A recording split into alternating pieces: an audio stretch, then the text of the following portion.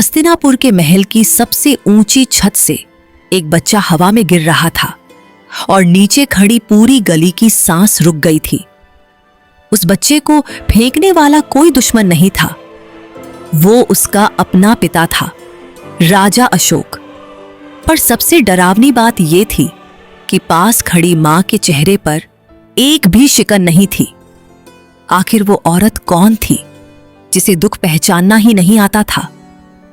आज मैं आपको हस्तिनापुर के महल की उस छत पर ले चलूंगी जहां एक रानी ने पूछा था कि रोना किसे कहते हैं, और इस सवाल का जवाब उसे अपने ही बच्चे की कीमत पर मिला। हस्तिनापुर की उस दोपहर में कुछ भी असाधारण नहीं था। महल की सबसे ऊंची छत पर राजा अशोक और महादेवी रोहिणी बैठे हुए हल्की सी हंसी में डूबे थे। पास ही वसंत तिलका धाय बैठी थी और उसकी गोद में रानी का सबसे छोटा बेटा लोकपाल खेल रहा था। नीचे गली में दिन ढल रहा था। कहीं मंदिर की घंटी बजी, कहीं किसी ने आंगन में पानी छिड़का। तभी नीचे से एक आवाज उठी जो उस पूरी दोपहर की किसी भी आवाज जैसी नहीं थी। कुछ स्त्रियां अपने बाल खोले हुए एक बालक को गोद में उठाए अपनी छाती और अपना सिर पीटती हुई गली से गुजर रही थी। वे चीख रही थीं। उनकी आवाज में न कोई लय थी, न कोई शब्द साफ था। रोहिणी ने झुककर नीचे देखा और उसके चेहरे पर वही भाव आया जो किसी बच्चे के चेहरे पर आता है जब वो पहली बार बरसात देखता है। उसने धाय की ओर देखा और बड़े भोलेपन से पूछा, माता, ये कौन सा नृत्य है? धाय ने सोचा शायद उसने ठीक से सुना नहीं, पर रोहिणी ने अपना सवाल पूरा किया। नृत्य जानने वाले लोग 5 तरह के नाटक करते हैं: सिग्नटक, भानी, छत्र, रास और दुम्बिली।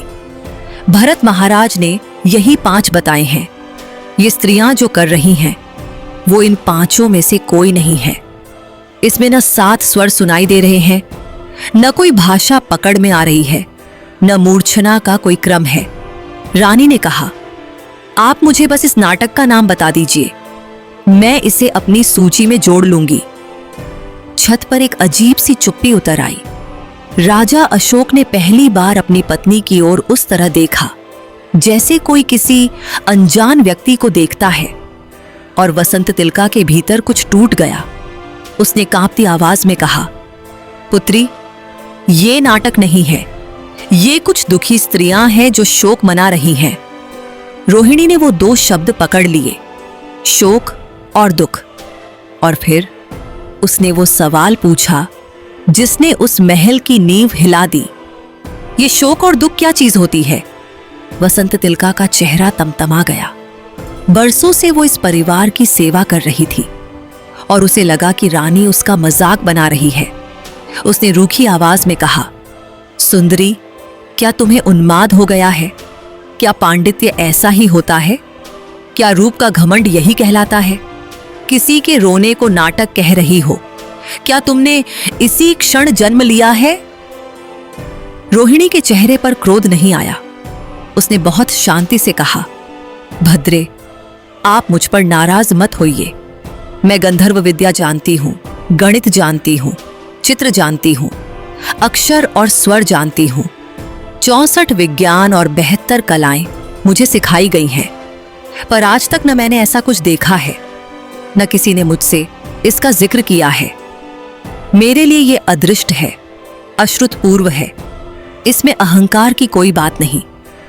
और यहीं पर वसंत तिलका को पहली बार डर लगा, क्योंकि रानी झूठ नहीं बोल रही थी।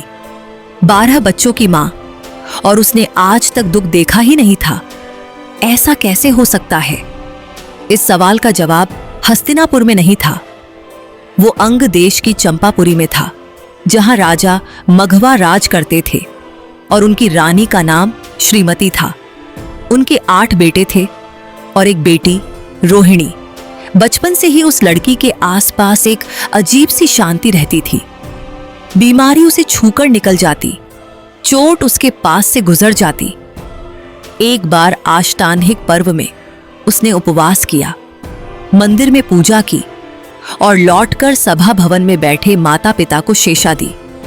पिता ने उसी क्षण देखा कि उनकी बेटी अब युवती हो चुकी है। उन्होंने मंत्रियों से मंत्रणा की और स्वयंवर की व्यवस्था कर दी। दूर दूर के राजकुमार आए। रोहिणी हाथ में वरमाला लिए उस पूरी पंक्ति के सामने से गुजरी और उसने हस्तिनापुर के राजकुमार अशोक के गले में माला डाल दी। किसी ने पूछा नहीं कि क्यों, पर आगे चलकर एक मुनिराज ने बताया कि उस चुनाव के पीछे एक ऐसा कारण था जो उन दोनों के जन्म से बहुत पहले तय हो चुका था। हस्तिनापुर में वीतशोक महाराज राज करते थे और उनकी रानी विद्युत प्रभा थीं। अशोक उन्हीं के पुत्र थे। कुछ बरस बाद वीतशोक ने दीक्षा ले ली और राज्य अशोक के हाथ में आ गया। अशोक ने उसे ऐसे न्याय से चलाया जिसकी चर्चा दूसरे देशों तक पहुंची। रोहिणी के 8 बेटे हुए और 4 बेटियां। महल भरा रहा, आंगन भरा रहा, पर महल के पुराने लोग आपस में एक बात कहते थे और राजा के सामने कभी नहीं कहते थे। 12 बच्चों में से किसी को कभी तेज बुखार नहीं आया। रानी कभी बीमार नहीं पड़ी। रानी ने कभी किसी को खोया नहीं। कोई कहता ये पुण्य है, कोई कहता ये संयोग है। एक बूढ़े मंत्री ने एक बार धीरे से कहा था कि इतनी बड़ी शांति बिना कारण के नहीं मिलती, और जिस दिन उसका कारण खुलेगा ये महल वैसा नहीं रहेगा। वो दिन अभी दूर था। वो दोपहर, वो छत और वो सवाल अभी दूर था। छत पर वसंत तिलका ने खुद को संभाला और समझाने की कोशिश की। उसने कहा, वत्से, ये नाटक नहीं है। इसमें कोई स्वर नहीं है, कोई भाषा नहीं है। जब किसी का अपना मर जाता है तो जो पीड़ा पीछे बचती है उसे शोक कहते हैं। रोहिणी ने सिर हिलाया, जैसे कोई विद्यार्थी कोई नया सूत्र सुनता है। फिर उसने कहा, ठीक है, पर मुझे रोने का अर्थ अब भी समझ नहीं आया, वो भी बता दीजिए। और यहीं पर राजा अशोक की हंसी बुझ गई। दरअसल उस क्षण राजा के भीतर जो उठा वो जिज्ञासा नहीं थी, डर था। क्योंकि जो व्यक्ति दुख को पहचान ही नहीं सकता वो करुणा को भी नहीं पहचान सकता, और जिसके भीतर करुणा नहीं जागती उसका मन धर्म की तरफ मुड़ता ही नहीं। अशोक ने अपनी रानी को 12 बच्चों के बीच हंसते देखा था, पर आज पहली बार उन्हें लगा कि उनकी पत्नी किसी शीशे की दीवार के उस पार खड़ी है जहां तक कोई आवाज नहीं पहुंचती। और फिर उन्होंने वो किया जो कोई पिता सोच भी नहीं सकता। राजा ने कहा, प्रिय, शोक से जो रुदन होता है उसका अर्थ मैं बताता हूं। इतना कहकर उन्होंने वसंत तिलका की गोद से लोकपाल को उठा लिया। बच्चा हंस रहा था। उसने अपने पिता की दाढ़ी पकड़ ली जैसे वो रोज पकड़ता था। अशोक छत के किनारे तक गए। नीचे, बहुत नीचे आंगन था, पत्थर था, और पत्थर के उस पार अशोक वृक्ष की चोटी थी। वसंत तिलका को समझ आने में एक पल लगा, और उस एक पल में सब कुछ हो चुका था। राजा ने बच्चे को हवा में छोड़ दिया। धाय की चीख पूरे महल में गूंज गई। नीचे खड़े सैनिकों के हाथ से भाले गिर पड़े। गली की हर आवाज एक साथ बंद हो गई, और उस पूरी छत पर सिर्फ एक चेहरा ऐसा था जिस पर कोई भाव नहीं था। रोहिणी ने बस झुककर नीचे देखा, ठीक उसी उत्सुकता से जिस उत्सुकता से वो कुछ देर पहले उन रोती हुई स्त्रियों को देख रही थी। उसे अब भी नहीं पता था कि उसे क्या महसूस करना चाहिए। लोकपाल अशोक वृक्ष की सबसे ऊपरी चोटी पर गिरा और वहीं गिरकर रुक गया। उसी क्षण नगर देवता प्रकट हुए। उन्होंने उस बालक को एक दिव्य सिंहासन पर बिठाया। क्षीर सागर के जल से भरे 100 कलशों से उसका अभिषेक किया और उसे आभूषणों से सजा दिया। अशोक वृक्ष के पत्तों पर सोने जैसी रोशनी फैल गई। ऊपर छत पर खड़े राजा और रानी ने नीचे नजर डाली और स्तब्ध रह गए। जो बच्चा मरने के लिए फेंका गया था वो नीचे राजा से भी ज्यादा वैभव में बैठा था। पूरे हस्तिनापुर में उस शाम एक ही बात फैली, ये रोहिणी के पूर्व जन्म के पुण्य का फल है। पर पुण्य कौन सा और किस जन्म का, ये कोई नहीं जानता था। अगर ऐसी कथाएं आपके भीतर कुछ हिलाती हैं तो चैनल को सब्सक्राइब कर लीजिए ताकि अगली कहानी आप तक अपने आप पहुंच जाए। और इस सवाल का जवाब हस्तिनापुर के भीतर नहीं, नगर के बाहर के वन में मिला। हस्तिनापुर के बाहर अशोक वन था और उस वन में चारों दिशाओं में 4 जिन मंदिर थे। अतिभूति तिलक, महाभूति तिलक, विभूति तिलक और अंबर तिलक। एक दिन रूपकुंभ और स्वर्णकुंभ नाम के 2 चारण मुनि विहार करते हुए वहां आए और पूर्व दिशा के जिन मंदिर में ठहर गए। वनपाल ने महल में खबर भिजवाई। राजा अशोक अपने पूरे परिवार और नगर के लोगों के साथ वंदना के लिए पहुंचे। वंदना और भक्ति के बाद उन्होंने वो सवाल पूछा जो उस दोपहर से उनके भीतर जल रहा था। भगवान, मैंने और मेरी पत्नी रोहिणी ने पूर्व जन्म में ऐसा कौन सा पुण्य किया है? मुनिराज ने कुछ देर उन्हें देखा, फिर कहा, राजन, तुमने पुण्य पूछा है, पर इस कथा की शुरुआत पुण्य से नहीं होती। इसकी शुरुआत एक कड़वी तूमड़ी से होती है। इसी जम्बू द्वीप के भरत क्षेत्र में सौराष्ट्र देश है। ऊर्जयंत गिरी के पश्चिम में गिरी नाम का एक नगर था। वहां भूपाल नाम के राजा थे और उनकी रानी स्वरूपा थी। उसी नगर में गंगदत्त नाम का राजश्रेष्ठी रहता था और उसकी पत्नी का नाम था सिंधुमती। सिंधुमती सुंदर थी और अपने रूप का उसे बहुत घमंड था। एक दिन गंगदत्त राजा के साथ वन क्रीड़ा के लिए जा रहा था। रास्ते में उसने देखा कि समाधिगुप्त मुनिराज नगर में आहार के लिए प्रवेश कर रहे हैं। ये वही मुनिराज थे जिन्होंने पूरे 1 महीने का उपवास किया था। गंगदत्त ने सिंधुमती से कहा, प्रिय, तुम घर लौट जाओ, मुनिराज को आहार देकर पीछे से आ जाना।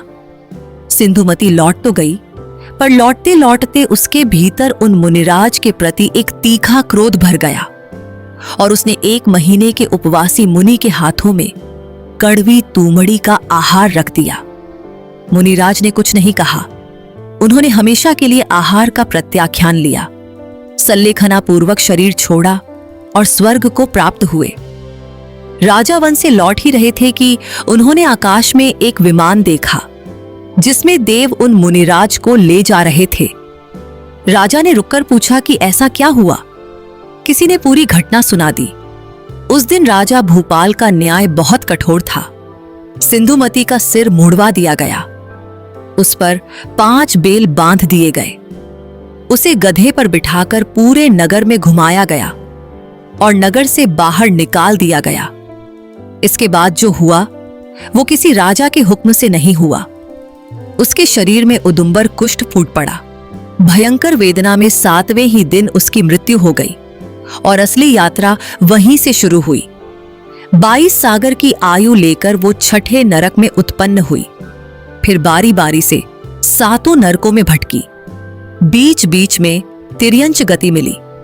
2 बार कुतिया बनी, फिर सूकरी, फिर श्रृगाली, फिर चूहिया, फिर गोंच, फिर हथिनी, फिर गधी। एक कड़वी तूमड़ी का हिसाब इतना लंबा था। और फिर वही जीव हस्तिनापुर में आकर जन्मा। राजश्रेष्ठी धनमित्र की पत्नी धनमित्रा की कोख से एक बेटी हुई।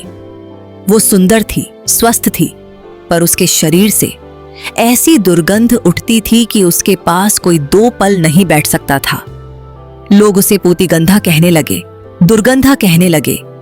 पिता के पास धन था, पर धन से ये नहीं बदलता था। उसी नगर में वसुमित्र सेठ का बेटा श्रीशेण था, 7 व्यसनों में डूबा हुआ। एक दिन चोरी करते पकड़ा गया और कोतवाल उसे नगर से बाहर निकाल रहा था। धनमित्र ने उससे कहा, अगर तुम मेरी बेटी से विवाह करना मंजूर कर लो तो मैं तुम्हें इस बंधन से छुड़ा सकता हूं। श्रीशेण ने हां कह दी। विवाह हो गया और विवाह के बाद वो जैसे तैसे एक रात काटकर सुबह होते ही कहीं भाग गया। दुर्गंधा फिर से अपने पिता के घर लौट आई और खुद को कोसते हुए दिन काटने लगी। पर उसी टूटे हुए घर में एक दिन कुछ बदल गया। सुव्रता आर्य का आहार के लिए निकली और दुर्गंधा के पिता के घर तक पहुंची। जिस लड़की के पास कोई बैठता नहीं था, उसी लड़की ने उस दिन अपने हाथ से आर्यका को आहार दिया।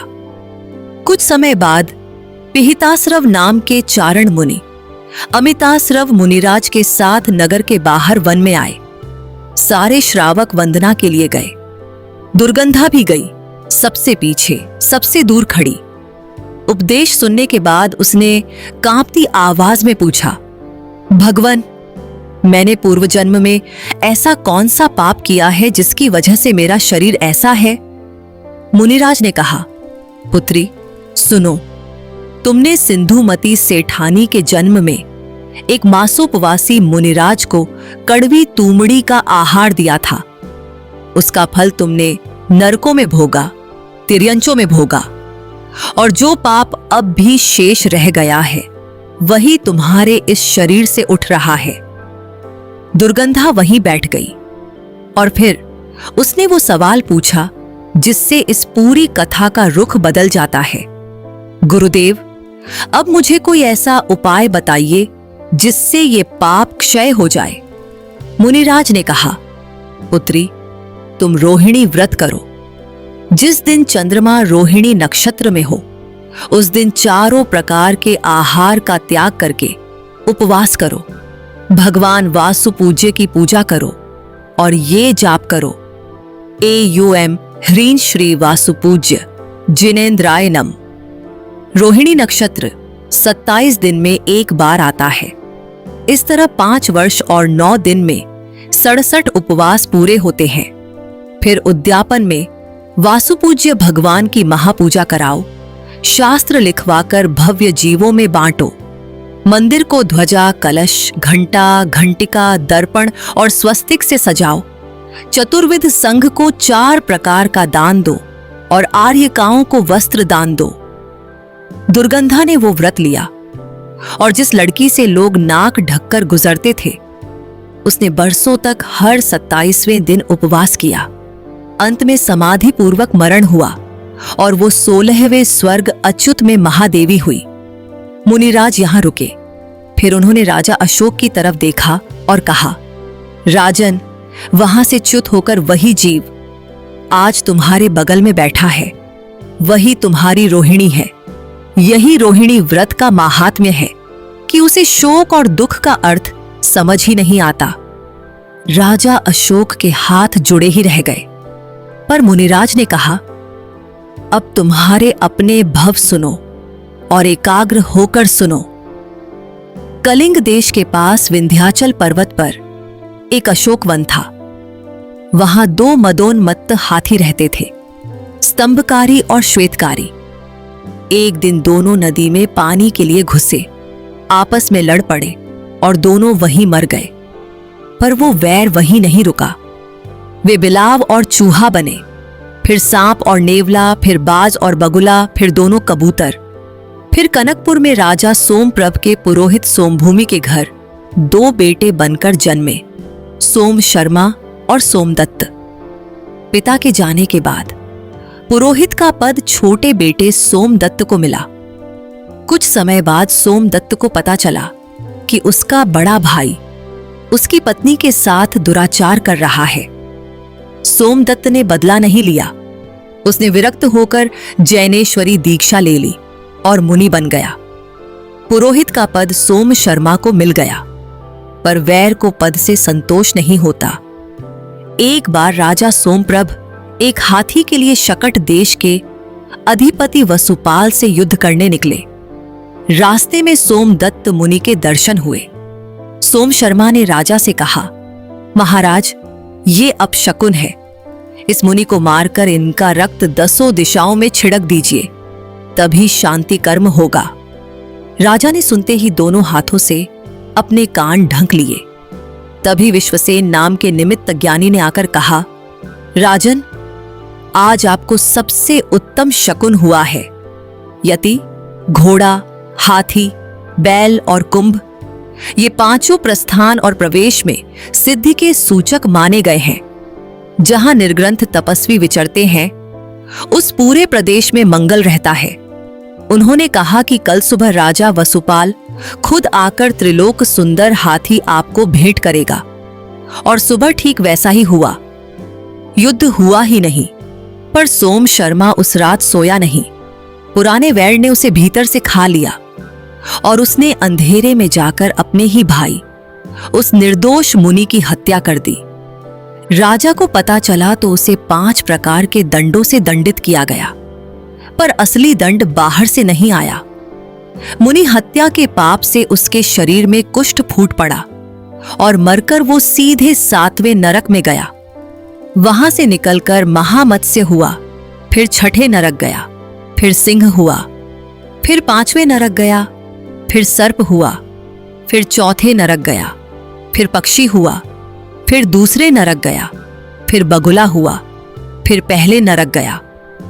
इतनी लंबी यात्रा के बाद वो सिंहपुर के राजा सिंहसेन के घर पैदा हुआ और उसका नाम पड़ा पूतिगंध, क्योंकि उसके शरीर से भी असह्य दुर्गंध आती थी।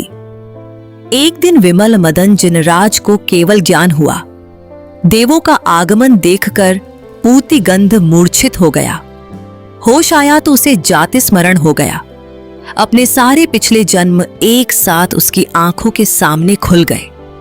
वो अपने पिता के साथ केवली भगवान के दर्शन करने गया और सभा में बैठ गया। भगवान की वाणी से उसके सारे भव खुलकर सामने आ गए। पूतिगंध ने पूछा, प्रभु, अब मुझे इन दुखों से छूटने का कोई उपाय बताइए। और भगवान ने उसे भी वही व्रत बताया, रोहिणी व्रत। 3 वर्ष में 40 उपवास और 5 वर्ष 9 दिन में 67 उपवास। पूतिगंध ने वो व्रत लिया, अणुव्रत लिए, और इसी व्रत के प्रभाव से उसी जन्म में उसका शरीर सुगंधित हो गया। 1 महीने बाद सल्लेखना विधि से मरण करके वो प्राणत स्वर्ग में महर्तिक देव हुआ। वहां से च्युत होकर पूर्व विदेह की पुंडरीकिणी नगरी में राजा विमल कीर्ति और रानी श्रीमती के यहां अर्क कीर्ति बनकर जन्मा। आगे चलकर वही अर्क कीर्ति चक्रवर्ती बना, अपार वैभव भोगा और अंत में सब छोड़कर जैनेश्वरी दीक्षा ले ली। मरकर वो 16वें स्वर्ग में देव हुआ और 16वें स्वर्ग में जो देवी उसकी प्रिय बनी वो वही जीव था जो कभी दुर्गंधा थी। मुनिराज ने कहा, वहीं से च्युत होकर तुम राजा अशोक हुए हो और वही तुम्हारी रोहिणी है। छत पर उस दोपहर जो हुआ था, अब उसका पूरा अर्थ खुल चुका था। जिस स्त्री ने एक मुनि को कड़वी तूमड़ी दी थी, उसी ने बाद में हर 27वें दिन उपवास करके अपना हिसाब चुकाया और उसी हिसाब ने उसे इतना पुण्य दे दिया कि दुख उसका दरवाजा ही भूल गया। और जिस पुरुष ने एक निर्दोष मुनि की हत्या की थी, उसी ने उसी व्रत से अपना शरीर बदला, अपनी गति बदली और अपना पूरा भविष्य बदल लिया। दोनों एक ही रास्ते से गुजरकर उसी छत पर आ बैठे थे। राजा और रानी ने अपने सारे बेटों और बेटियों के भव भी पूछे और भरे हुए मन से नगर लौट आए। बहुत बरस बाद एक दिन राजा अशोक को अपना एक सफेद बाल दिखा। बस इतनी सी बात हुई। उन्होंने भगवान वासुपूज्य के समसरण में जैनेश्वरी दीक्षा ले ली। 7 रद्दियों से संपन्न होकर गणधर पद पाया और अंत में मोक्ष पधार गए। रोहिणी ने सुमति आर्यिका के पास आर्यिका दीक्षा ली, स्त्री पर्याय का छेद किया और 16वें स्वर्ग में देव हुई। रोहिणी को दुख का अर्थ इसलिए नहीं पता था क्योंकि वो अर्थ उसने बहुत पहले बहुत महंगी कीमत चुकाकर सीखा था और फिर व्रत से उसे धो दिया था। हम सब भी एक हिसाब लेकर चल रहे हैं, बस हमें याद नहीं है कि वो कब लिखा गया। जो आज मिल रहा है वो किसी दिन बोया गया था और जो आज बोया जा रहा है वो किसी दिन जरूर मिलेगा। ये कथाएं खोजने, लिखने और आप तक पहुंचाने में जो समय लगता है वो आप जैसे लोगों के सहयोग से ही चलता है। अगर आप चाहते हैं कि ये धर्म प्रभावना और ज्यादा लोगों तक पहुंचे तो वीडियो के नीचे दिए गए ज्वाइन बटन को दबाकर आप इस चैनल के सदस्य बन सकते हैं। आपका छोटा सा सहयोग किसी एक और जीव तक ये कथा पहुंचा देगा। और अगली कथा में सवाल ये है, एक राजकुमार को अपने पिछले जन्म में हाथी बनकर एक खरगोश के लिए जो कीमत चुकानी पड़ी थी, क्या वो आप जानते हैं?